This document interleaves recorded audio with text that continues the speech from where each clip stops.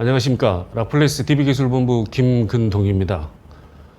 코로나19 이슈로 인해서 마스크를 착용한 채로 세미나를 진행을 하게 되었습니다. 많은 양해 부탁드리고요.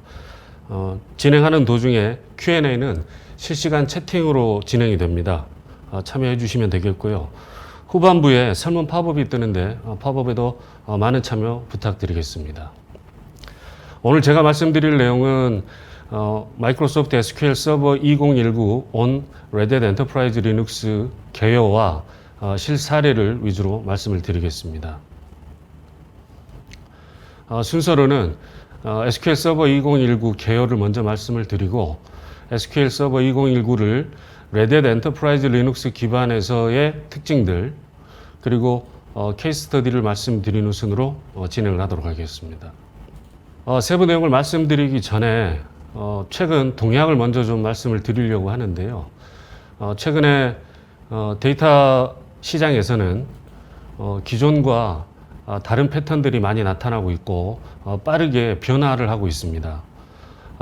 아래 5가지 정도로 요약을 해서 말씀을 드릴 수 있을 것 같은데요.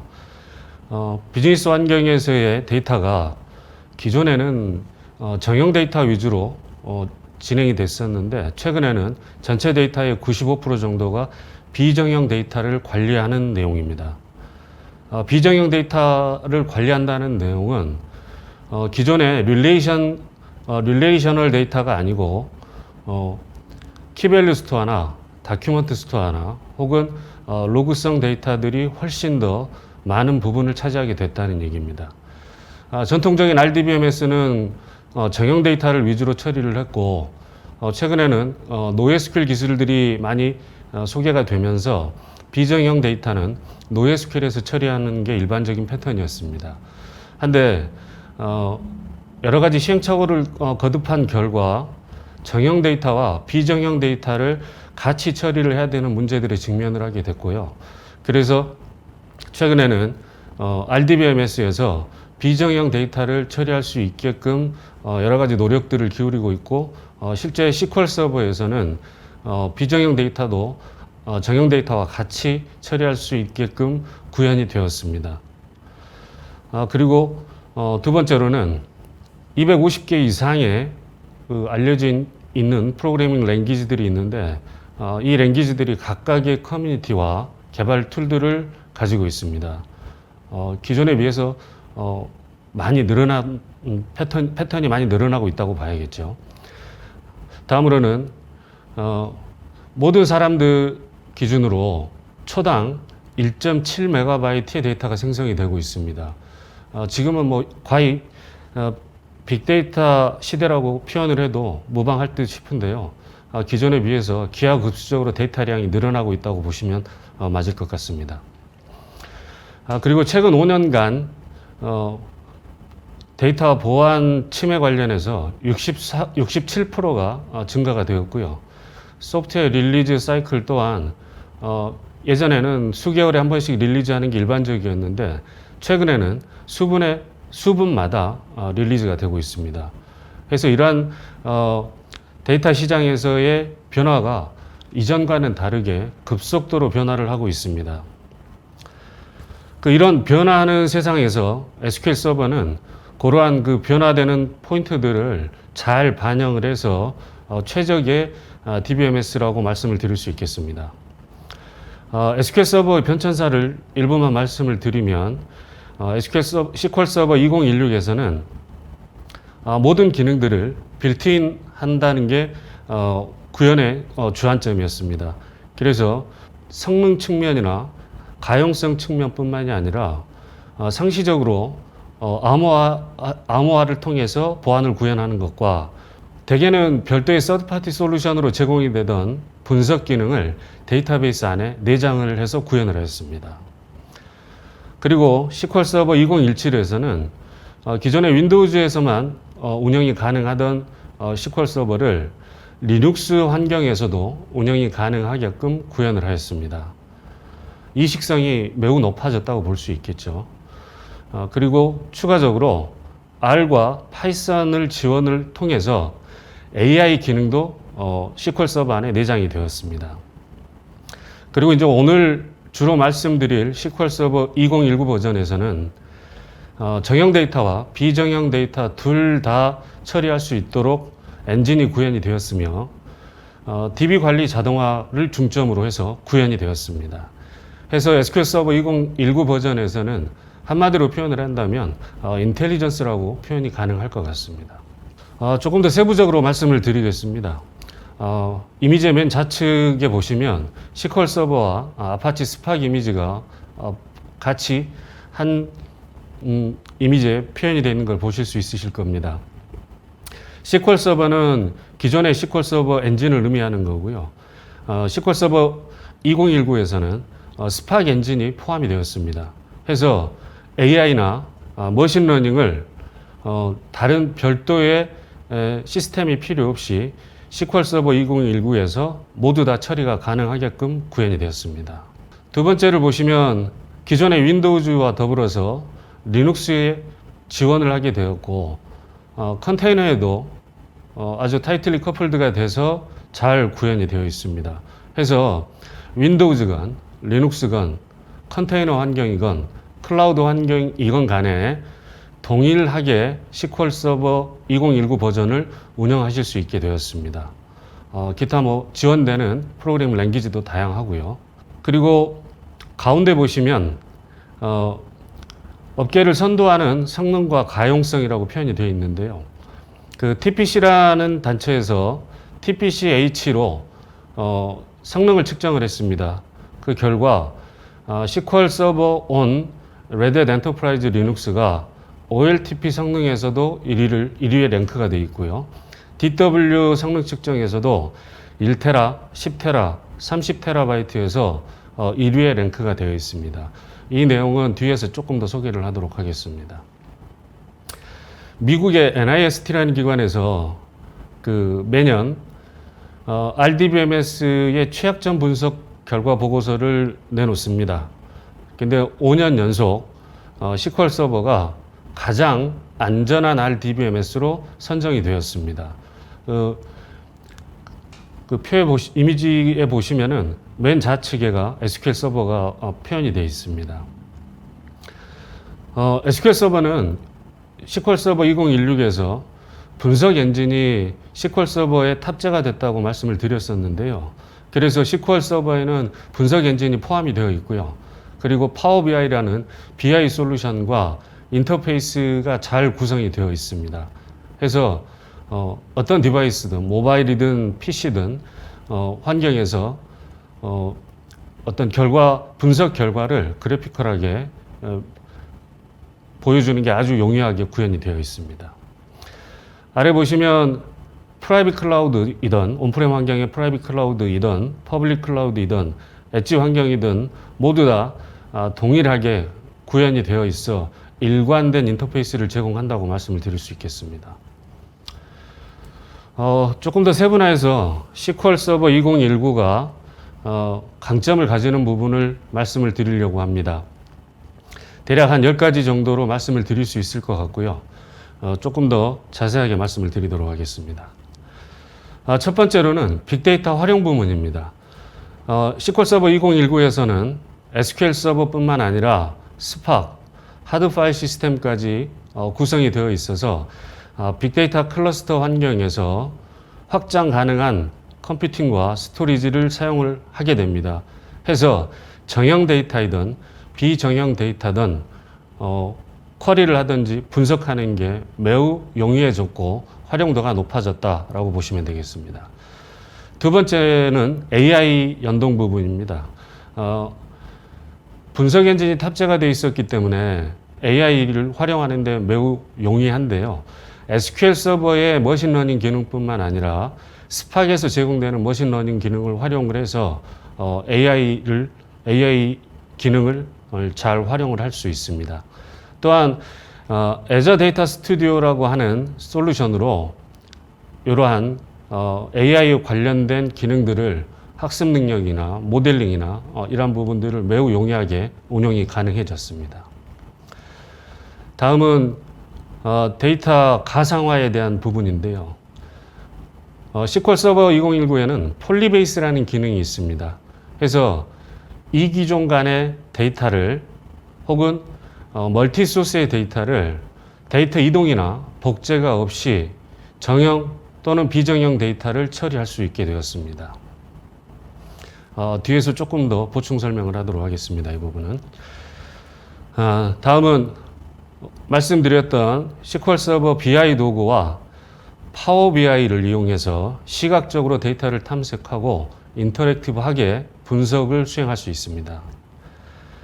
최근 들어 데이터량이 폭주를 하면서 실시간 분석 능력에 대한 요구사항들이 많아지고 있는데요. SQL 서버에는 인메모리 기술을 다양하게 적용을 하고 NoSQL DB 기술도 적용을 해서 실시간 데이터 분석을 빠른 성능으로 또 확장성 있게 수행이 가능합니다.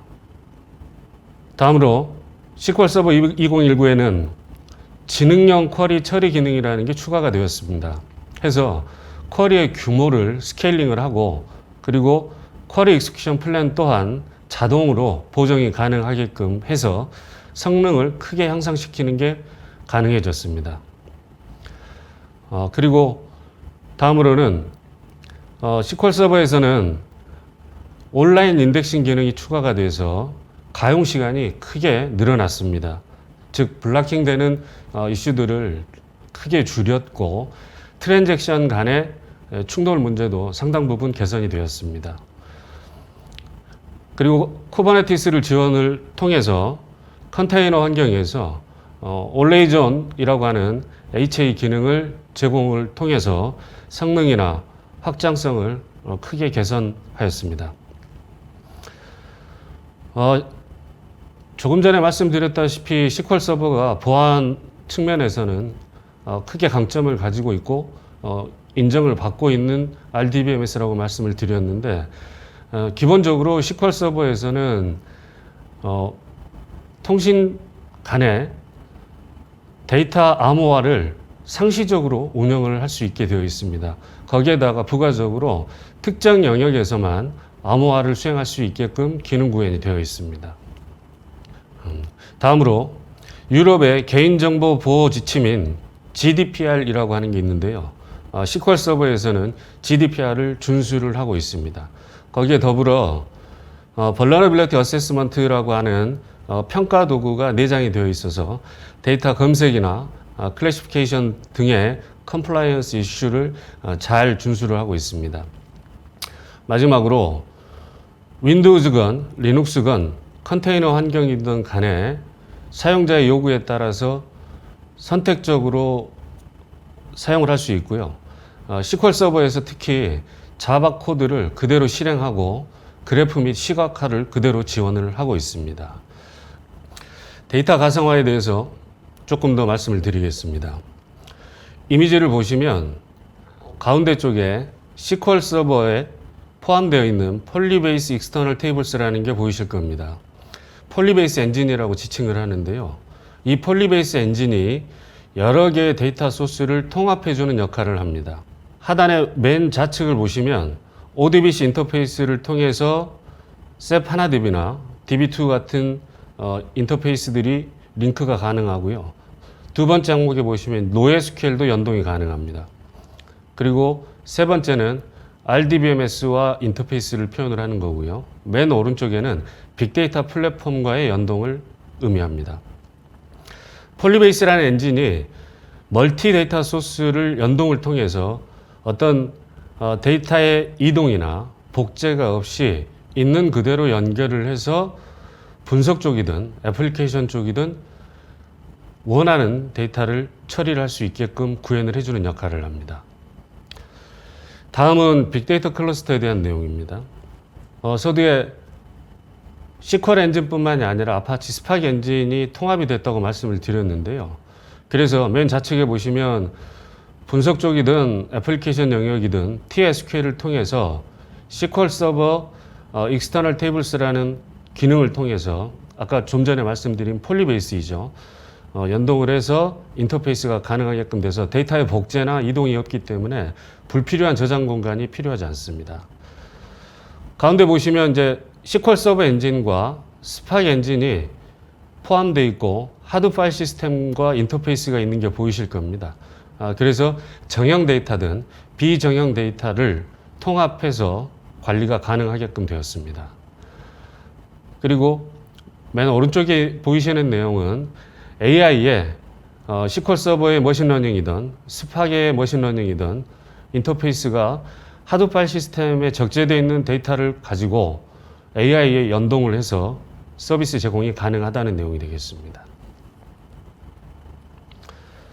다음은 지원되는 플랫폼입니다. 레드햇 엔터프라이즈 리눅스는 7.3에서 7.8 버전, 8.0에서 8.2 버전까지 지원되고 있고요. 수세나 우분투, 다커도 지원이 되고 있습니다. 우측에 보이시는 내용은 시스템 요구사항인데 최소 요구사항이라고 이해하시면 되겠습니다. 다음은 레드햇 엔터프라이즈 리눅스 기반에서의 SQL 서버의 특장점들에 대해서 간략하게 말씀을 드리겠습니다. 서두에서도 말씀드렸다시피 최근 데이터량이 폭주를 하고 있고 운영 데이터든 분석 데이터든 데이터가 기하급수적으로 증가를 하고 있습니다. 그래서 레드햇 엔터프라이즈 리눅스 기반의 SQL 서버는 네 가지 측면에서 유연성 측면, 그리고 뛰어난 성능 측면, 그리고 강력한 보안, 그리고 초고 가용성이라고 표현을 합니다. 기존에 이제 가용성은 하이 어베일러빌리티라고 표현을 했었는데 여기에 울트라를 붙인 이유는 레드햇 엔터프라이즈 리눅스에서 제공하는 가용성 기능과 SQL 서버에서 제공하는 가용성 기능이 통합이 되어서 아주 강력한 HA를 구성을 했기 때문에 초고 가용성이라고 표현을 합니다. 레드햇 엔터프라이즈 리눅스 기반의 SQL 서버는 베어메탈이든 VM 환경이건 컨테이너 환경이든 클라우드 환경이거든 가리지 않고 동일한 소스 코드를 가지고 구현이 되어 있습니다. 그래서 일관된 인터페이스를 이용해서 개발하거나 운영이 가능하다는 게 되겠습니다. 몇 가지 이점을 이제 말씀을 드리려고 합니다.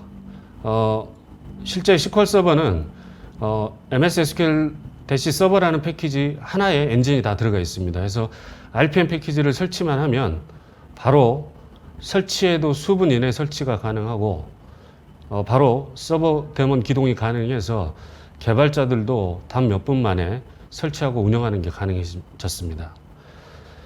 그리고 두 번째는 이제 성능 측면인데요. 말씀드렸던 TPC H 벤치마크에서 SQL 서버 온 레드햇 엔터프라이즈 리눅스가 랭킹 1위를 지속적으로 보여주고 있다는 내용이고요. 그리고 SQL 서버가 가진 보안 강점과 레드햇 엔터프라이즈 리눅스가 수년간 안정화된 플랫폼이라는 건 이미 잘 알고 계실 겁니다. 그래서 SQL 서버 온 레드햇 엔터프라이즈 리눅스는 가장 안정적인 그리고 강력한 보안 기능을 가진 솔루션이 되겠습니다. 고가용성 측면과 재해복구 측면인데요. 조금 전에 말씀드렸다시피 레드햇 엔터프라이즈 리눅스에서 가지고 있는 고가용성 기능과 SQL 서버의 고가용성 기능이 통합이 되면서 SQL 서버 자체에 내장되어 있는 여러 가지 다양한 강력한 툴들을 이용을 할 수 있게 되면서 가용성 측면이나 안정성 측면이 크게 향상이 되었다고 말씀드릴 수 있겠습니다. 최근 들어 하이브리드 클라우드가 각광받고 있는데요. 기존의 퍼블릭 클라우드와 온프렘 환경을 연동을 통해서 일관된 인터페이스를 제공을 하고 있습니다. 그래서 보안 측면이나 안정성 측면, 신뢰도 측면, 그리고 관리도 측면에서 경쟁력을 충분히 보장할 수 있는 솔루션이라고 볼 수 있겠습니다. 그리고 레드햇과 마이크로소프트 통합 지원팀이 전 세계적으로 지원을 하고 있기 때문에 지원의 측면에서나 또 특정 문제가 발생이 됐을 때 빠르게 문제를 해결하는 해결 능력이 매우 뛰어나다고 볼 수 있고요. 그리고 그 둘 간의 생태계가 결합이 되면서 커뮤니티가 크게 확장이 됐습니다. 그래서 이 확장된 커뮤니티를 이용해서 다양한 문제 해결이나 접근에 경쟁력을 가질 것으로 보고 있습니다. 다음은 개발자들이나 관리자들에 대한 두 가지 정도 이점을 말씀을 드리려고 합니다. SQL on 리눅스나 SQL on 윈도우즈는 동일한 코드에서 수행이 됩니다. 따라서 주요한 SQL 서버의 동작 환경이나 툴들 그리고 TSQL을 Red Hat Enterprise Linux에서도 동일하게 사용을 할 수 있습니다. 그리고 커맨드 라인 인터페이스 툴이나 서버 커맨드 라인 툴도 Red Hat Enterprise Linux에서 윈도우즈와 마찬가지로 동일하게 사용할 수 있고요. 그리고 Azure Data Studio란 솔루션을 이용을 해서 분석 쪽이든 정형 데이터든 비정형 데이터든 운영이 가능하다고 말씀을 드렸는데요. Red Hat Enterprise Linux에서도 동일하게 실행이 가능합니다.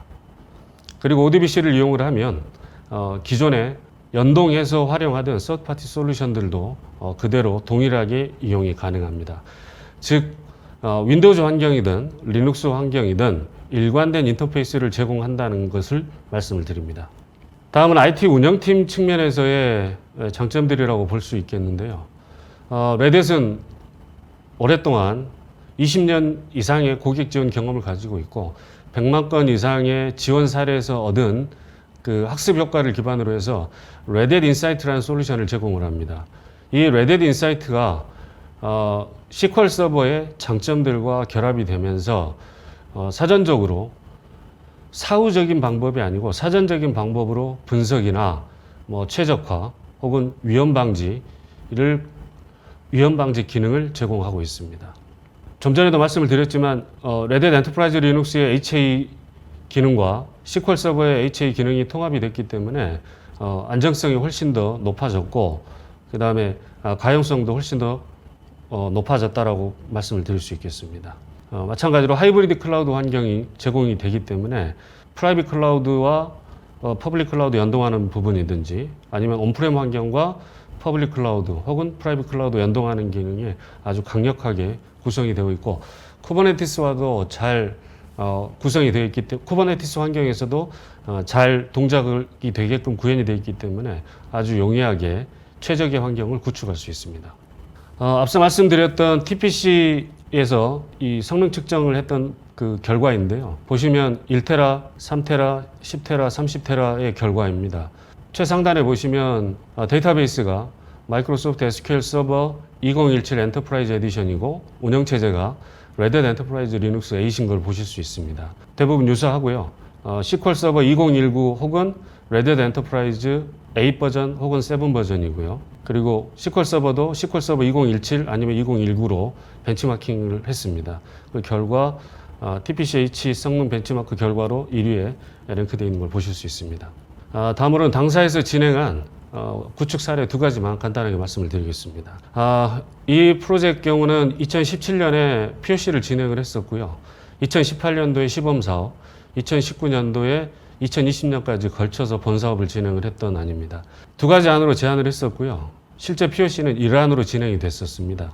1안은 SQL 서버에서 권고하는 안인 3노드 Always On이라는 구성으로 제안을 했었고요. 이 안은 쉐어드 스토리지 볼륨을 이용을 해서 2노드 HA로 구성을 하는 안이었습니다.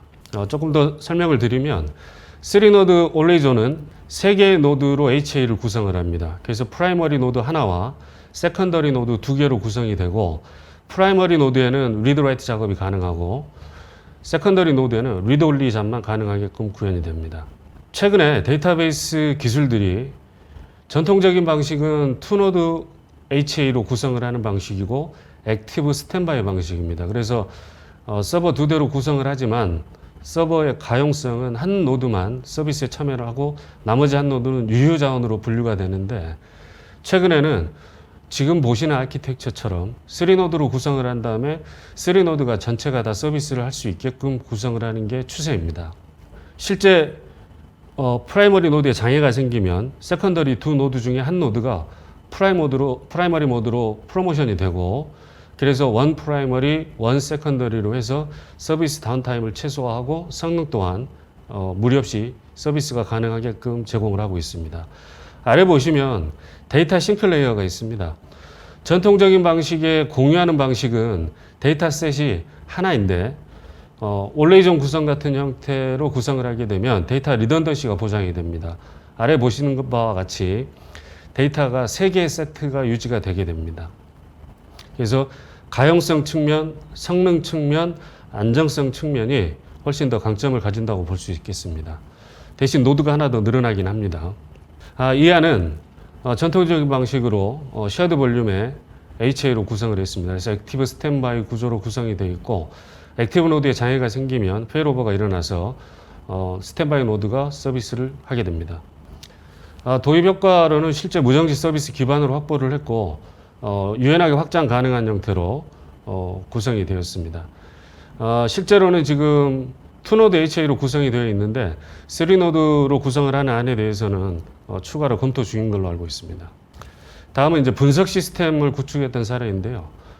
이 시스템의 경우에는 기존의 다운타임 문제하고 성능의 문제가 있어서 POC 진행한 이후에 구축을 했습니다.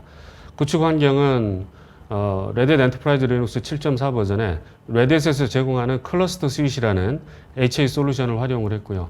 SQL 서버는 2017 버전을 사용을 했습니다. 아키텍처는 전통적인 방식으로 그대로 구성을 해서 액티브 스탠바이 구조로 구성을 했습니다. 도입 효과로는 성능 개선이 크게 됐고요. 그리고 2노드 HA 구성을 통해서 페일오버 타임을 저희가 이제 튜닝을 해서 다운타임 최소화하고 안정성에도 기여를 하게끔 그렇게 구성을 했습니다. 지금까지 경청해 주셔서 감사합니다.